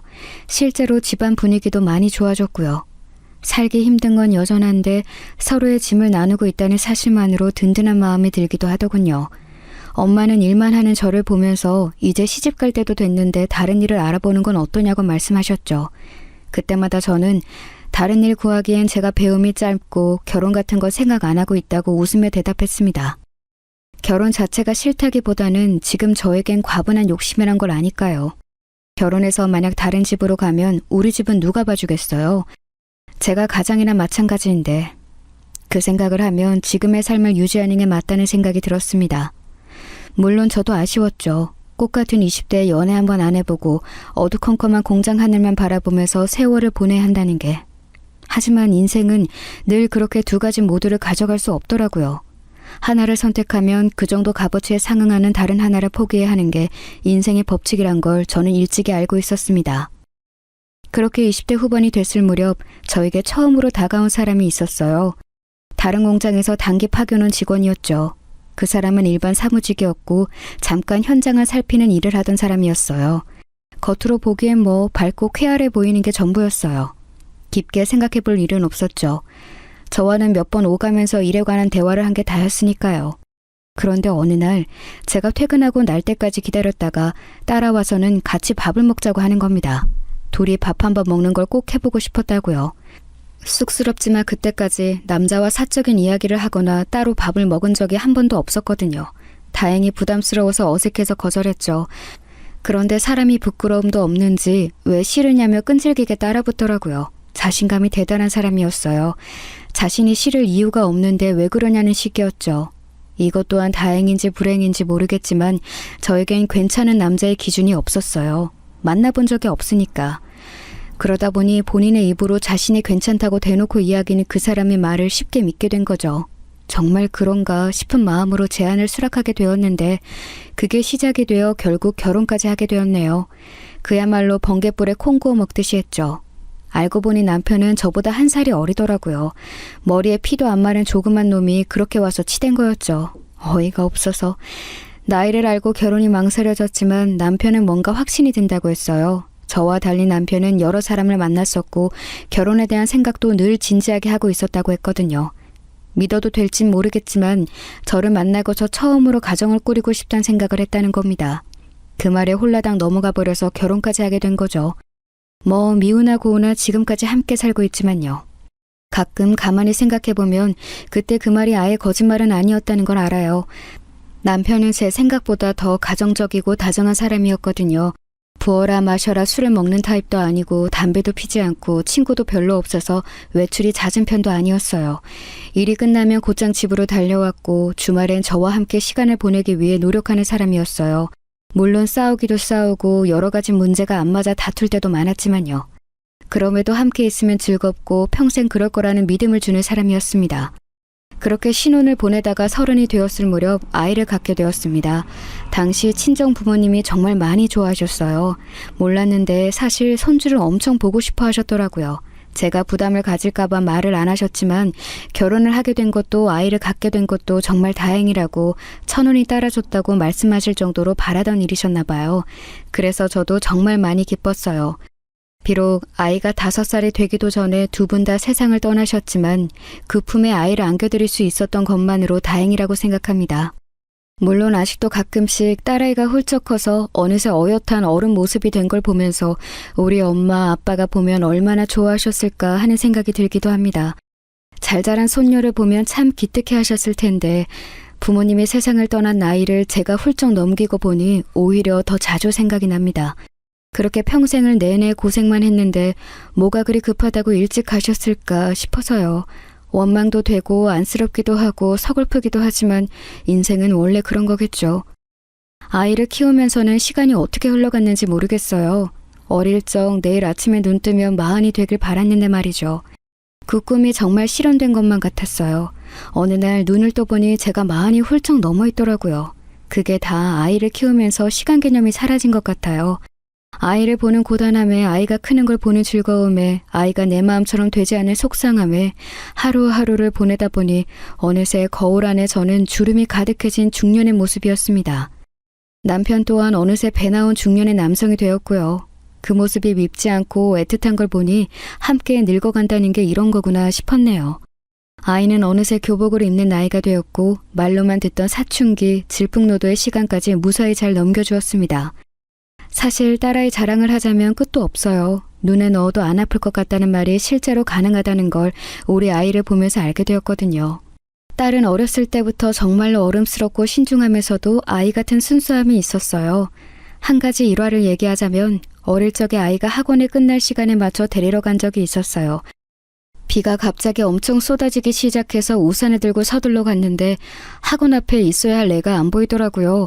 이상해서 주위를 둘러보는데 학원 바로 옆 근처에서 나무를 파시던 할머니를 도와서 같이 짐을 정리하고 있더라고요. 우산도 없이 비를 맞아가며 급히 돕고 있는데 그 모습을 보니 마음이 찡하더라고요. 그래도 내가 애는 정말 잘 키웠구나 싶어서요. 시험을 잘 보고 온 것보다 숙제를 미리 한 것보다 훨씬 더 예쁘고 기특했죠. 그래서 저도 같이 가서 짐을 정리해드리고 나무를 왕창 사서 집에 돌아가 함께 오순도순 비빔밥을 해먹었던 기억이 나네요. 사실 우리 집 형편은 예전보다 나아지긴 했지만 그래도 여유로운 편이 아니었어요. 아이가 생긴 뒤 저는 일을 그만뒀고 남편 벌이로만 생활해서 넉넉지 않았고요. 애가 좀 컸을 때부터는 뭐라도 해야겠다 싶어서 마트 캐시어, 백화점 청소, 주방일 등 안 해본 게 없었어요. 그러다 정착한 게 목욕탕 새신사 일이었습니다. 일은 힘들었지만 그래도 재밌었어요. 처음 보는 사람들과 이야기 나누는 것도 그렇고 일을 하고 나면 개운하기도 하고요. 남편도 공장일을 그만둔 이후로 인쇄소를 열었고요. 무엇 하나 쉬운 일이 없었지만 그래도 정말 열심히 살아왔어요. 지쳐서 그만두고 싶을 때마다 저를 단단히 붙잡는 건 가족이었죠. 가족이 있으니까 가족을 위해서라도 더 악착같이 버티게 되더라고요. 우리 엄마도 그랬던 거겠죠. 매일 그렇게 초인적인 힘이 나올 수 있게 만든 이유가 가족이었다는 걸 알게 되니 어쩐지 엄마가 너무나 가련했어요. 힘이 돼서 남아있는 게 아니라 부양해야 할 가족이 있으니 남아있었다는 걸 이제야 이해하게 됐습니다. 그래서 일이 아무리 힘들어도 아이가 원하는 건 뭐든 해주고 싶었어요. 하고 싶은 공부, 하고 싶은 일, 먹고 싶은 걸 가정 형편 때문에 하지 못하는 상황만은 피하고 싶었습니다. 그래서 어릴 때부터 딸이 말하는 건 뭐든 들어주려고 했던 것 같아요. 보통 그렇게 오냐오냐 하면 버릇 잘못 든다고 하잖아요. 그렇지만 저희 딸은 그런 게 일절 없었어요. 받는 것에 기뻐하면서도 꼭 감사하다고 말할 줄 아는 아이였고 때로는 받는 걸 미안해하면서 본인이 더 잘하겠다고 말할 수 있는 아이였죠. 받는 걸 미안해하기만 하면 어려운 형편 눈치를 보는 것 같아 저도 마음이 불편했을 텐데 본인이 더 잘하겠다고 한층 더 나아가 답하는 아이를 보면 어찌나 대견하던지요. 게다가 이건 좀 다른 결의 자랑이지만 딸은 굉장히 미인이에요. 남편과 저는 키가 조그만한데 저희와는 다르게 아주 훤칠하고 또 시원시원하게 생겼죠. 고등학교 때 한번 친구들과 서울로 올라갔다가 연예기획사한테 캐스팅 명함을 받았다며 좋아했던 적도 있죠. 그때 제가 연예인 할 생각 없냐며 넌지시 물었거든요. 사실 그 나이 또래면 다들 연예인에 대한 꿈을 갖잖아요. 물론 딸이 원한다면 말리진 않겠지만 걱정이 되는 부분이기도 했죠. 그런데 딸아이는 연예인 자체엔 관심이 없다고 하더라고요. 대신 아이돌이나 가수들의 소속사에서 일해보고 싶다고 했어요. 컨셉이나 이미지 같은 걸 기획하는 그런 일을요. 딸은 일찍이 미적인 감각도 있다고 생각했고 뭔가를 창작하는 일이 잘 맞겠다 싶기도 했습니다. 마음속으론 그렇게 생각했지만 얘기하진 않았어요. 뭐든 잘해낼 거라 믿지만 그래도 공무원이 되거나 평범한 회사에 들어가는 게 더 낫지 않을까 싶은 제 안에 편견이 있었거든요. 이렇게 걱정하는 제 마음을 아는 건지 모르는 건지 우선 열심히 공부해서 좋은 대학에 가는 게 먼저라던 우리 딸. 아마 제가 갖고 있는 복 중에 가장 큰 건 자식 복이 아닌가 싶어요. 물론 이 말을 듣는 남편은 서운해하겠지만 그래도 뭐 사실인걸요. 세월은 눈 깜짝할 사이 또 한 번 흐르고 흘러서 어느덧 딸아이는 성인이 되고 직장에 들어가게 되었습니다. 마냥 애로만 있어줄 줄 알았는데 어느새 어른이 되어 부모의 품을 떠나 다른 지역에서 혼자 살게 되었어요.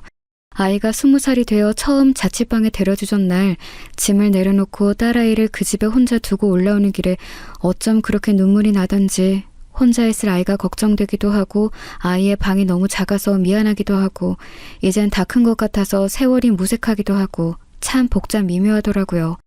그랬던 아이가 또 어느새 졸업을 하고 직장을 구했으니 함께 살지 않으니까 멀리 있는 아이가 변화하고 나아가는 게 더 다르게 느껴졌어요. 딸은 평소부터 꿈꿨던 기획사 직원으로 들어가 연예계 관련된 일을 시작했습니다. 저도 잘은 모르는데 딸 얘기로는 전부터 이야기하던 연예인 매니지먼트 일이라고 했어요. 매니지먼트가 무슨 일인지는 아직도 정확히는 모르지만요. 아마도 연예인의 방송일을 기획하고 홍보하는 그런 일이겠죠. 그 일은 제 예상대로 쉽지 않아 보였습니다. 야근이 굉장히 잦을 정도로 업무도 많고 스트레스를 많이 받는 것 같았어요. 그럼에도 딸은 그 일이 좋다고 하더라고요. 단순한 사무직이 아니라 일을 하는 재미도 있고 자신이 이뤄낸 결과를 보며 좋아해주는 사람들을 보면 보람도 있다고요. 저는 딸이 좀 쉬운 일, 열심히 노력하지 않아도 되는 일, 애쓰지 않아도 되는 일을 하길 바랬지만 그래도 그게 딸이 원하는 일이고 그 일을 하고 있으니 다행이다 싶었습니다. 취직을 한 지 2년 후쯤 딸이 슬며시 결혼 이야기를 했습니다. 원래 주말마다 집에 내려오던 딸이 언젠가부터 내려오는 횟수가 적어졌거든요. 일이 바쁜가 싶었는데 알고 보니 만나는 사람이 생겼던 거였더라고요.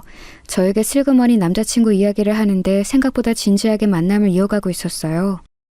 나보다 3살 많은 사람인데 홍보 대행사 대표야. 유머러스하고 밝아. 나 좋다고 쫓아다니던 사람인데 처음에는 분명 관심 없었거든? 그런데 한 6개월을 쫓아다니더라고. 맨날 선물 공세에 편지 주고 찾아오고 연락해오고. 그러니까 사람 마음이 정말 움직이긴 하더라. 엄마, 이렇게 나 사랑해주고 잘해주는 사람이면 그냥 결혼까지 해도 되지 않을까 싶어. 사랑받으며 살 수 있을 것 같다는 그런 확신이 들거든. 딸을 그렇게나 사랑해주는 사람이라는데 사랑받는 느낌이 들게 해준다는데 제가 더 할 말이 있을까요? 다만 딸아이가 취직한 지 얼마 안 되었고 요즘 시대에선 빨리 결혼하는 추세가 아니다 보니 조금 더 신중하게 생각하길 바랬습니다. 조금 더 남편과 제 곁에 아이로 남아줬으면 좋겠다는 생각도 들고 결혼 전에 자신이 좋아하는 일에 대해 조금이라도 더 경험을 갖는 게 낫지 않을까 싶었어요. 저 또한 결혼으로 인해 경력이 단절되었고 그때 조금이라도 더 늦게 식을 올리는 게 좋지 않았을까 하는 아쉬움이 있었거든요. 딸에게 이런 저의 걱정을 내비추니 충분히 이해하고 공감한다고 말해주더군요. 그러면서 엄마 말대로 더 신중하게 생각해보겠다고 했습니다. 그런데 그 일이 있은 지 며칠 후 갑자기 딸이 남자친구와 저희 집을 찾아뵈어도 괜찮겠냐고 묻더군요. 놀라서 정식으로 인사를 시켜주는 거냐고 물으니 그 남자애가 딸아이에게 부모님을 뵙고 싶다고 엄청 성화라는 겁니다. 딸아이가 안 된다고 몇 번을 거절했는데도 딱 한 번만 뵙고 싶다고 했다네요. 뭔 말을 하고 싶어서 저럴까 싶기도 하고 좀 대책 없는 편인가 싶어서 저도 제 두 눈으로 보고 싶은 생각이 들었습니다. 그래서 알겠다고 찾아오라고 했죠. 그런데 지나고 보니 그 선택은 악수였던 것 같습니다. 갑작스러운 만남 자리에 다소 어색한 분위기에서 남편과 저 딸아이와 그 남자애 이렇게 넷이서 만났습니다. 남자친구란 그 사람은 제 생각보다 많이 어른스러운 분위기더라고요. 딸아이보다 3살 많다고 했는데 제가 보기엔 30대 후반에 정장을 차려입은 사업가 같았어요. 뭐 대표라고 하니 일부러 어려 보이지 않으려고 노력한 걸 수도 있겠지만요. 우선은 그 남자라고 지칭할게요. 그 남자분은 저희 부부에게 깍듯이 인사하면서 본인 소개를 했습니다. 그중 아직도 기억나는 대목이 본인의 집은 따로 걱정할 것 없이 여유롭고 풍족한 집안이라는 말이었어요. 그렇게 대놓고 집안에 대한 이야기부터 하니까 왠지 모르게 좀 찜찜하더라고요. 그런 기분으로 가만히 듣고 있는데 딸이 잠깐 마실 걸 사오겠다며 슈퍼에 나갔습니다. 그러자 그 남자가 딸아이가 사라진 걸 끝까지 확인한 후에 갑자기 상탁에 있는 물을 한 번에 원샷하고선 마음속에 있던 말을 훌훌 털어내기 시작했습니다. 어머님, 아직 은미한테는 말 안 했지만요. 저 사실 어머님한테 서운한 감정이 있었습니다. 은미한테 결혼에 대해선 좀 더 신중하게 생각하라고 말씀하셨다는 거 알고 있습니다. 그런데 저희 이제 둘 다 어엿한 어른이고 각자의 감정에 대해 잘 알고 있거든요. 평생 함께하고 싶은 상대라는 것에도 확신이 있고요. 그런데 어머님께서 그렇게 말씀하시니 은미가 갑자기 결혼에 대해 좀 더 생각해보자면서 태도가 많이 달라졌어요. 그게 제 입장에선 좀 답답하기도 하고 당황스럽기도 합니다. 어머님이 오늘 저를 보셨으면 생각이 바뀌셨을 거라고 생각해요. 그래서 말인데 저희 결혼 허락해 주시면 안 될까요? 제가 결혼을 대놓고 반대한 것도 아니고 아무리 그렇다 한들 저를 보고 싶다고 한 이유가 이런 서운함에 대한 투정이라니 정말 어이가 없었습니다. 그때 마침 들어온 딸아이가 가라앉은 분위기를 보면서 무슨 일이냐고 묻더군요. 내가 뭐 죄를 지은 것도 아니고 할 말은 해야겠다 싶으니 말할게요. 난 결혼을 반대한 적 없고 일생의 반려자를 정하는 가장 큰 일을 신중하게 여기라고 한 것뿐이에요. 그걸 가지고 나한테 서운하다느니 결혼을 허락해 달라느니 말하는 건 잘못됐다고 생각해요. 서로에 대한 확신이 있다는 건 양쪽 생각 맞죠? 그것부터 정리해서 나한테 다시 와요. 오늘 그쪽을 보고 부정적으로 생각이 바뀐 건 사실이니까. 앞으로 더 쉽지 않아진 것 같네요. 딸은 그 남자가 독단적으로 한 얘기를 알아차리고선 화를 내며 데려나갔지요. 그 일이 있고 난 후 딸은 그 남자와 헤어졌다고 했습니다. 왠지 그 이유 중에 제가 있는 것 같아 미안했지만 그래도 그런 사람을 만나느니 헤어지는 게 낫지 않을까 싶었어요. 첫인상만으로 모든 걸 파악할 순 없지만 적어도 그릇이 큰 사람 같지는 않았거든요. 어쩌면 잘된 일일지도 모른다며 딸아이를 위로했습니다. 그런데 그 일이 있고 난 3개월 후 딸이 그 남자를 다시 만나게 되었다는 소식을 알려줬습니다. 당황스러워서 왜 그랬냐고 물으니 헤어진 날 이후로 매일 찾아왔고 울며 불며 난리를 쳤다는군요. 그럼 오히려 정이 떨어져야지 왜 다시 만난 거냐고 물었습니다. 그랬더니 딸아이는 아마도 자기가 그 남자에 대한 감정을 정리하지 못한 것 같다고 하더라고요. 애초에 헤어진 것도 싫어서 헤어진 게 아니라 우리 집에서 있던 일로 헤어진 거였고 그렇게 매달리는 모습을 보니 사람이 할 짓이 못 되는 것 같아서 마음이 너무 아팠다네요. 애초에 결혼 생각도 없었고 연애하는 것도 두려웠던 자기였는데 이렇게까지 자신을 사랑해주는 사람 더는 못 만날 것 같다면서 우는데 제 가슴이 찢어지는 기분이었어요. 자식이기는 부모 없다고 그렇게까지 말하는데 더 이상 할 말이 없더라고요. 그 다음부터는 두 손 두 발 들고선 네가 원하는 대로 하라고 일렀습니다. 저에게 고맙다고 연신 바라더니 딸아이는 결국 한 달 후에 결혼하고 싶다는 마지막 최후의 통첩을 날렸어요. 차라리 정식적인 자리에서 소개를 받고 사람이 됨됨이를 보고 판단할 수 있었으면 저의 반대 의견도 힘이 있었을 텐데 지금 와서 반대하자니 제가 괜히 심술 부리는 부모처럼 보이는 것 같더라고요. 이렇게 미적지근하고 찜찜한 방법으로 결혼이 진행되니 기분이 정말 안 좋았어요. 그 또한 딸의 선택이고 딸의 운명이다 라며 스스로를 다독일 수밖에 없었습니다. 그렇게 딸의 결혼이 확정되고 상견례 날이 다가왔습니다. 실제로 만나보니 그 집은 아들이 가장 점잖은 거였더라고요. 시엄마 될 사람이 어찌나 그렇게 수답스럽고 가벼운지 첫 만남에 그쪽이 요즘 다니는 요가학원 선생이 이름까지 들었지 뭐예요. 시아버지 될 분도 비슷했습니다. 그래도 그분만은 초반에 정중하게 무게 잡는 듯 했지만 한번 물꼬가 트이고 나니 별 얘기를 다 하더라고요. 요즘 경제 상황이 안 좋아져서 담배도 끊을까 생각했다는 둥, 주식을 했는데 쏠쏠했다는 둥, 사적이면서도 아이들과 전혀 관계없는 이야기를 많이 해서 원래 2시간으로 예정되어 있던 만남이 4시간 반이나 걸렸습니다. 여러분은 이해가 가시나요?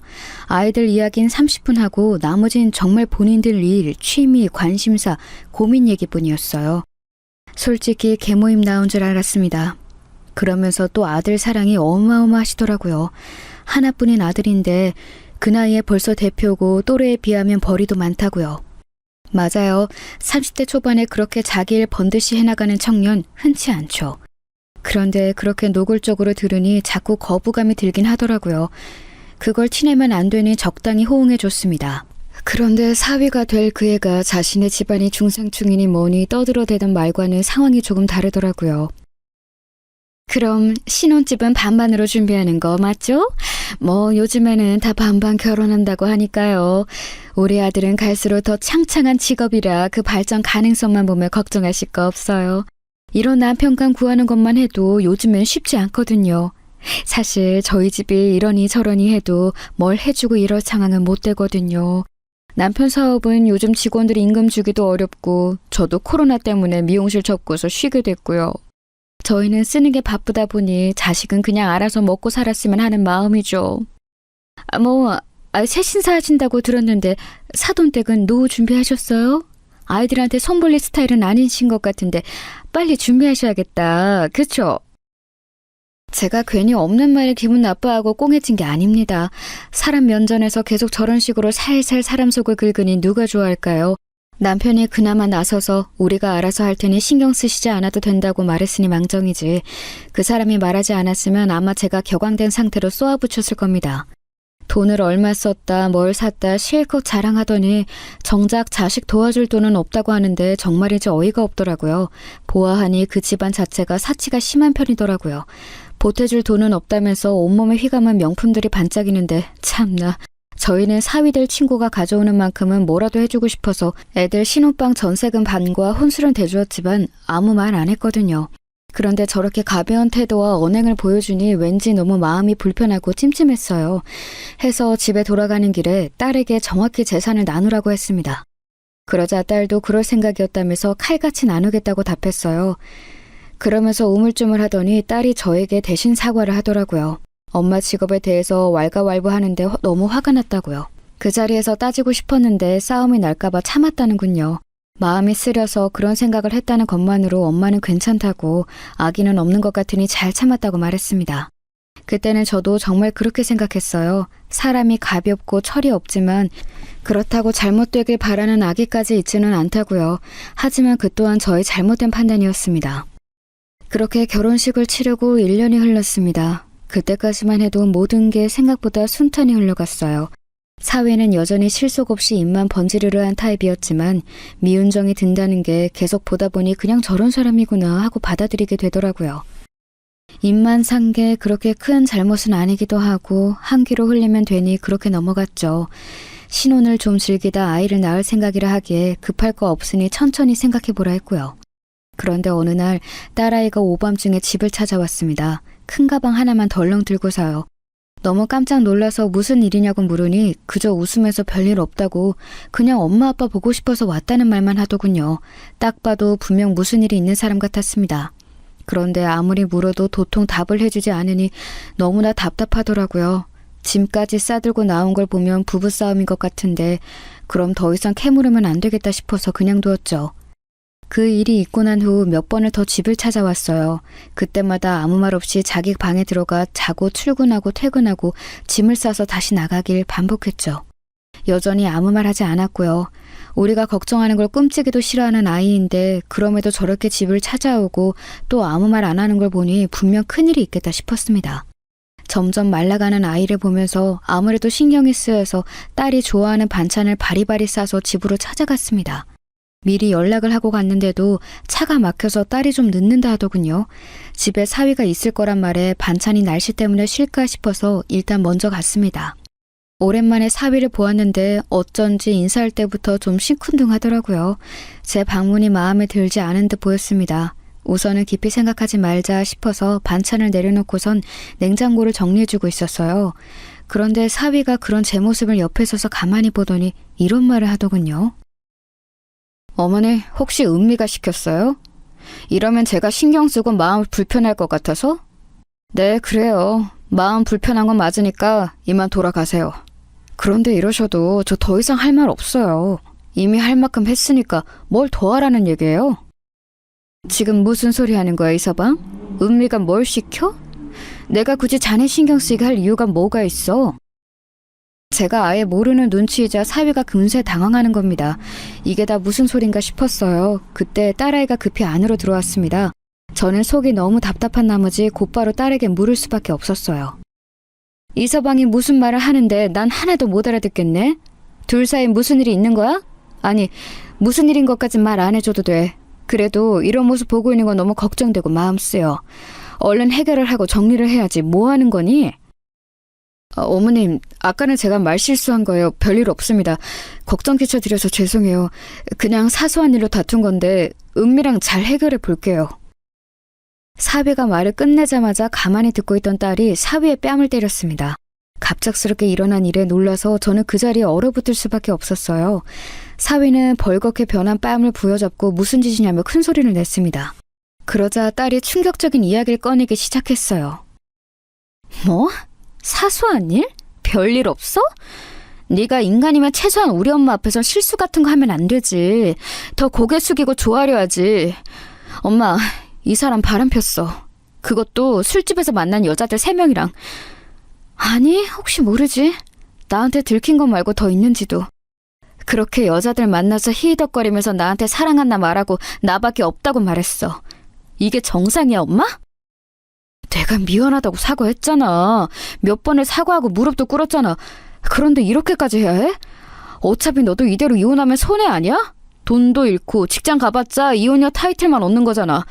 나도 할 말 많은데 여태까지 참은 거란 생각 안 해? 솔직히 너도 나 아니면 결혼 같은 거 생각 없다고 했고 만나고 싶은 사람도 없었다며. 막말로 그럼 내가 너 걷어준 거 아니야? 그럼 대충 눈 감아줄 수도 있잖아. 사업하면 잠깐 그럴 수도 있는 건데. 그 말을 들은 전 곧바로 주위에 보이는 짐 전부를 집어들고 사위에게로 던졌습니다. 도저히 인간으로 안 보여서 그렇게 할 수밖에 없었어요. 딸아이가 말려서 간신히 멈추긴 했지만 정말이지 맘 같아선 그 자리에서 죽이고 싶었습니다. 저는 딸의 손을 잡고 그 지옥 같은 집 밖으로 나왔어요. 그리고는 딸을 안아주고서 함께 엉엉 울었죠. 너무 가엾고 안쓰러운 내 딸, 모든 게 제 잘못 같았습니다. 딸을 그 인간 옆으로 보낸 나의 죄, 이 끔찍한 생활을 견뎌내야 하게 했던 나의 죄. 분명 힘든 걸 알고도 일찍이 알아봐주지 못한 나의 죄 같았습니다.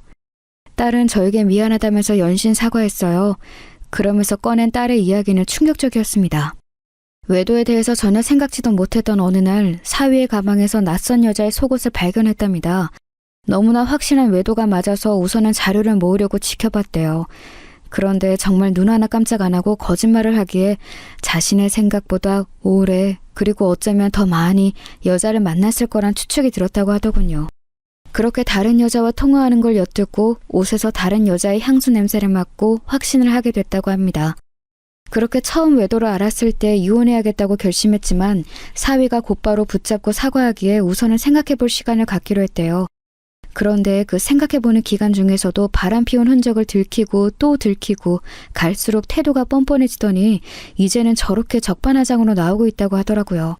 이혼해야겠다고 마음은 먹었는데 막상 헤어지려고 하니 뭐부터 해야 할지 모르겠고 그저 막막한 상황이었다네요. 결혼하려고 쓴 돈부터 생각이 나고 그게 아깝단 생각이 드니까 선뜻 결정을 내리기가 어려웠대요. 하지만 더 이상 미룰 수 없으니 이혼하자고 이야기했는데 사위가 먼저 시댁에 손을 썼더라고요. 다음날 사돈댁에 전화를 해왔답니다. 그러면서 딸에게 하는 말이 새아가 힘든 거 다 한다. 그래도 뭐 어쩌겠니. 바람피는 남자들 한둘도 아니고 이혼이 그렇게 쉬운 것도 아니잖니. 지금 갈라서면 너만 손해야. 알아? 그리고 잘 생각해봐. 한 사람이랑 오래 바람 피운 것도 아니고 여러 사람을 짧게 몇 번 만난 건데 그게 오히려 낫지 않니? 마음을 준 건 아니잖아. 그냥 몸이 그리웠던 거지. 아우 그러게 없는 살림에 결혼하면 이렇게 끙끙 앓는 거야. 바쁘고 잘 나가는 남편 옆에 두는 게 뭐 그렇게 쉬운 일인 줄 알았니? 네가 좀 통 크게 굴었으면 마음이 다른 길로 샜겠어? 하여튼 다 지나가는 바람이니까 네가 이해해라. 라고 했다는 겁니다. 그 말에 또 딸은 어찌해야 할지 몰라 매일 밤마다 울기만 했고요. 그야말로 한숨이 나오는 상황이었어요. 야무지고 똑부러졌던 딸은 시댁의 거친 말에 어느새 지쳐서 판단력을 잃어버린 듯 했습니다. 저는 당장 이혼하라고 말했고 딸은 알겠다며 고개만 끄덕였죠. 저는 곧바로 시댁에 전화를 했어요. 당장 만나자고 했더니 바쁘다면서 할 말 있으면 전화로 하라더군요. 끝까지 무례한 그 인간들에게 저도 처음으로 큰 소리를 쳤습니다. 바람핀 짐승을 자식으로 뒀으면 부끄러운 줄 알아야지. 어디 남의 귀한 딸한테 이해라 마라 합니까? 그렇게 당연하게 말하는 걸 보니 그쪽 남편도 줄곧 바람 피웠나 본데요. 그런데 어쩌나 우리 집안은 그런 파렴치한 집과는 거리가 멀어서 애들 당장 이혼시키고 다시는 보지 맙시다. 당신 같은 집안과 엮인 게 너무 수치스러우니 조용히 갈라서게 하세요. 또 방정 떨지 마시고. 제 할 말만 하고 전화를 확 끊어버리니 화가 났는지 계속 전화가 오더라고요. 다 무시하고 차단해버렸습니다. 딸아이 때문에 여태까지 참은 거였는데 이런 대접을 해놓고 평화적인 방법으로 일을 처리할 순 없죠. 이혼 과정도 정말 더럽고 지저분했습니다. 사위, 아니 이제 다시 그 남자라고 하죠. 그 남자가 딸아이에게 다시 매달리면서 이혼하기 싫다고 어찌나 난리를 치던지요. 딸아이는 이번 일의 여파로 인해서 회사까지 그만두고 저희 집에 와 있거든요. 그러자 저희 집 앞까지 찾아와서 고래고래 소리를 지르고 요란 법석을 떨더라고요. 정말로 미친 사람 같아서 새 식구가 얼마나 불행해 있는지 몰라요. 한 번은 참다 못한 남편이 나가서 당장 사라지라고 혼을 내면서 밀쳤는데 그 와중에 남편 바지가랑이까지 붙들고서 제발 용서해달라고 했다네요. 확실히 정상이 아니죠. 그렇게 당당하게 나설 땐 언제고 이제 와서 또 그러는 것도 웃기고 그런다고 해서 이번에도 또 정말로 봐줄 거라고 생각하는 게 황당했습니다. 아주 상습범이 따로 없었어요. 딸이 신경 쓸까봐 말하진 않았지만 한 번은 제가 일하는 목욕탕 앞에까지 찾아왔더라니까요. 깜짝 놀라서 그냥 쳐다보니 다가와서 그러더군요. 어머님, 제발 음미 좀 설득해주세요. 아니, 어머님이 저 좀 용서해주세요. 저 정말 마음 고쳐 먹었어요. 헤어지고 나니까 제가 정말로 사랑했던 사람은 음미뿐인 거 이제 알았어요. 이렇게 헤어지니까 정말 너무 힘들고 숨쉬고는 못 살 지경이에요. 다시는 한눈 팔지 않고 음미만 바라보며 살게요. 네? 제 앞에서 헛소리만 하길래 목욕탕에 들어가서 물 한 바가지를 가져와 얼굴에 뿌려버렸어요. 다시는 찾아오지 말라고. 지금까지는 그나마 남은 정 때문에 봐준 건데 한 번만 더 찾아오면 경찰에 신고하겠다고 말했습니다. 경찰이란 말이 나와서 그런 건지 그때부터 안 오더군요. 정말 끝까지 추잡스럽고 한심하더라고요. 그 일이 있고 난 후 딸은 저희의 보살핌 아래서 조금씩 나아지게 됐어요. 함께 여행도 가고 바람도 쐬러 가면서 휴식 시간을 가졌더니 점차 잘 웃고 말도 잘하게 되더라고요. 그렇게 두어 달을 쉬다가 다른 회사에 취직도 했습니다. 전보다 훨씬 더 좋은 회사고 복지나 급여 부분에서도 더 좋다고 하더라고요. 정말 다행이었죠. 이제 다시 좋아지려고, 다시 행복해지려고 모든 일이 풀리나 싶었습니다.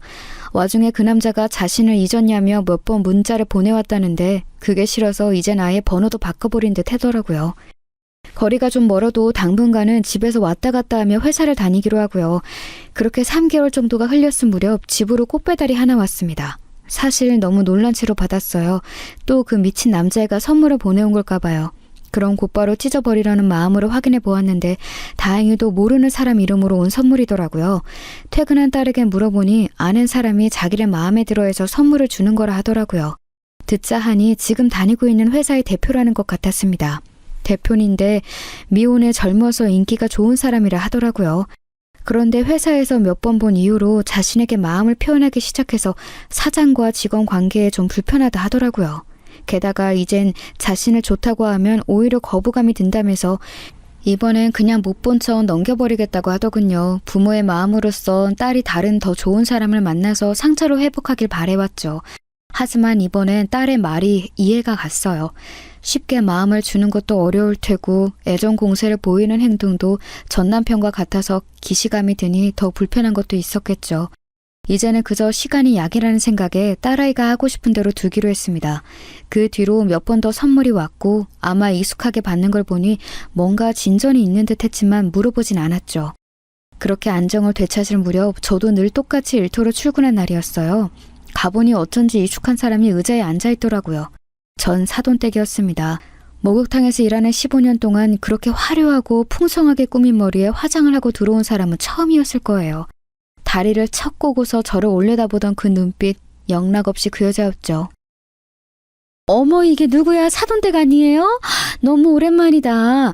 이쪽에서 일한다고는 들었는데 이 집일 줄은 몰랐네. 나도 오랜만에 때 좀 밀려고 하는데 부탁해도 되죠? 아무리 일이라고는 하지만 그래도 껄끄러우실까봐. 누가 봐도 제 기분을 망치려고 온 사람이었는데 그 도발에 넘어가는 게 싫어서 알겠다 했어요. 뭐가 그리 좋은지 연신 저를 보며 웃더군요. 최대한 침착하자라는 마음으로 준비해서 똑같이 일했어요. 그런데 참 역시나 그게 목표가 아니어서 그런지 혼자 계속 떠들어대더군요. 제가 열받을 말만 골라서요. 일부러 세게 미는데도 아픔을 참는 건지 아님 너무 오래 묵힌 때인 건지 잘만 참고서 얘기를 이어가더라고요. 아니, 좀 궁금하긴 했어요. 우리 아들은 이제 싹 다 잊고 새 출발했거든요. 애가 워낙 근면성실하다 보니 일도 너무 잘 풀리고 있고 앞으로 또 잡힌 계획도 많더라고요. 사이언기업 들어보셨죠? 그 외 있잖아요. 연예인들이 자주 홍보하는 곳. 거기랑도 새 프로젝트 하려고 준비한다 하더라고요. 우리 아들은 일낼 줄 알았다니까. 눈치 없이 자랑이 너무 길었나? 그래서 그쪽 딸은 아직도 거지처럼 지내요? 거지라는 말을 듣는 순간 저도 모르게 그 여자의 머리를 내리쳤습니다. 악하고 비명을 지르는데 주위 사람들이 다 쳐다볼 정도였죠. 다행히도 마침 옆에 지나가는 사람이 있었어서 그 사람이 팔을 치는 바람에 한 실수였다고 둘러댈 수 있었어요. 그러자 그 여자 얼굴이 아주 불에 탄 듯이 붉어지더라고요. 그 얼굴을 보며 저는 편안히 말했습니다. 다행히도 우리 딸도 잘 지내요. 그런데 아무리 악연이라 해도 연은 연인가 봐요. 우리 딸이 새로 들어간 회사가 사연기업이거든요. 어쩜 이렇게 만난다. 참, 그리고 거기 대표랑 재혼했어요. 부럽죠? 웃으면서 이 말을 하니 그 여자가 정말 뒷목을 잡으면서 곧바로 일어나더군요. 저에게 말도 안 된다면서 어떻게 제 딸 같은 이혼녀가 그 대기업 대표랑 재혼을 하냐며 큰소리치면서요. 저는 다행히도 우리 집으로 배달왔던 꽃편지에 적힌 이름을 기억하고 있었죠. 그 회사 대표 이름이 박선우잖아요. 미혼의 젊은 대표. 우리 집으로 자주 선물도 보내요. 보여드려야 믿을 텐데 또 보여주기는 싫네. 하여튼 그렇게 알고 있어요. 곧 재혼할 텐데 축의금은 안 보내도 돼요. 결혼할 때 거지처럼 돈 한 푼도 안 보태준 집에서 벼룩에 간 빼먹는 거 나도 원치 않으니까. 마지막 말에 그 여자는 도저히 못 참겠다는 듯 씩씩거리며 목욕탕을 빠져나갔습니다. 얼마나 당황했으면 가는 길에 미끄러져 엉덩방아까지 찢더라고요. 주위에 있던 아주머니들과 아주 신나게 웃었죠. 그 뒷모습을 보며 어찌나 속이 시원하던지. 아니나 다를까 그날 저에게 모르는 번호로 문자가 왔더라고요. 거짓말하니까 기분 좋냐? 한심한 여편네 라고요. 그래서 조용히 딸이 받았던 꽃다발과 카드를 찍어서 보내줬죠. 그러자 답장이 없더라고요. 거짓말이면 뭐 어떤가요? 진짜로 딸의 재혼이라도 할까봐 그날부터 전전긍긍하면서 배 아파할 텐데 저는 그거면 충분해요. 기분이 좋아져서 그날 있던 일을 곧바로 딸과 남편한테 이야기해 주었는데 딸은 그저 웃고 남편은 못마땅해 하더라고요. 뭐하러 그런 거짓말까지 했냐고요. 남편이 제게 핀잔을 주자 딸이 제 편을 들면서 그 거짓말을 현실로 이루어줘야 속이 더 시원할 것 같다고 하는 겁니다. 그 대표랑 진짜 만날 거냐고 물으니 아직은 모르겠다고 모호하게 말했지만요. 다만 그 전 남편과 하는 프로젝트는 막을 수 있을 것 같다고 하더군요. 그렇게 될지 안 될지는 모르겠지만 듣기만 해도 제 몇 년간 묵은 한이 내려가는 기분이었어요. 그런데 일주일 후에 정말 속 시원하게도 그 남자가 딸아이 회사와 진행하던 일이 엎어졌다는군요. 이래서 사람이 죄짓지 말고 잘 살아야 하나 봅니다. 자신이 한 일이 이렇게 돌아올 수 있다는 걸 그 사람도 뼈저리게 느꼈으면 좋겠네요. 그 일이 있던 날 밤 남편이 제 손을 꼭 잡아주면서 얘기했습니다. 우리가 넉넉한 집안도 아니고 여유로운 형편도 아니지만 지금처럼 이렇게 정직하게 열심히 살아가자고요.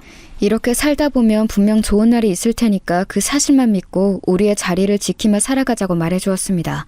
저도 분명 가족들과 함께라면 그런 날이 올 거라 믿었죠. 딸애는 이제 곧 다시 한번 집을 나가 새로운 보금자리로 이동할 계획입니다. 자식을 내보낸다는 건 늘 한 치 앞도 알 수 없는 정글로 보내는 불안한 기분이에요. 그렇지만 더욱더 성숙해진 딸이 무슨 일이든 잘 해낼 거란 믿음이 생겼으니 전보단 편안해진 듯합니다. 일이든 사랑이든 딸의 선택이 옳은 길보단 행복한 길이었으면 합니다. 그동안 많이 힘들고 괴로운 시간들이었으니 우리 앞에 놓인 길은 평탄했으면 하는 바람으로요. 지금까지 저의 이야기를 들어주셔서 감사합니다. 좋은 하루 보내세요.